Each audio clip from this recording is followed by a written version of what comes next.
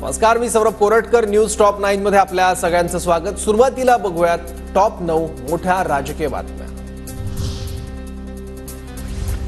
मुख्यमंत्री एकनाथ शिंदे उद्या दिल्ली दौऱ्यावर. मुख्यमंत्री शिंदेंची पंतप्रधानांसोबत बैठक. विधानसभा निवडणुकीच्या पार्श्वभूमीवर बैठकीला महत्त्व. उदासीन कार्यकर्त्यांनी घरी बसावं. लढणारे कार्यकर्ते सोबत आले तर 3 महिन्यात सत्ता आणून देतो. अमरावतीतील भाजपच्या बैठकीत फडणवीसांचं वक्तव्य.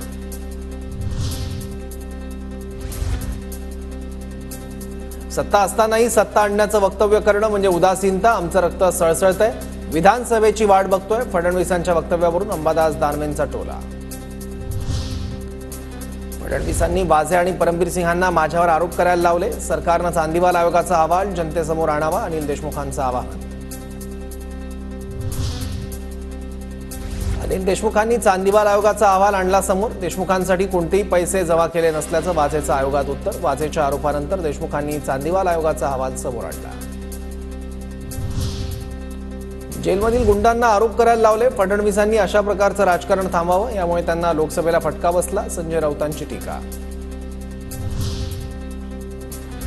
वाझे नार्को टेस्ट करायला तयार. अनिल देशमुखही नार्को टेस्ट करणार का? अनिल देशमुखांच्या आरोपानंतर बावनकुळेंचा सवाल.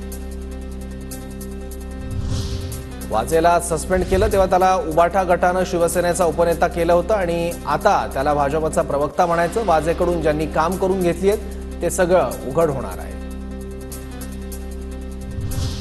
अनेक दिवसांपासून वाझे प्रकरणाचं नाट्य सुरू. आमचं सरकार आल्यावर दूध का दूध पाणी का पाणी करू. सरकार आल्यावर दोषींवर कारवाई करणार. नाना पटोलेंचा इशारा. तर पटोले मुंगेरी लाल के हसीन सपने पाहत आहेत. बावनकुळेंचा टोला.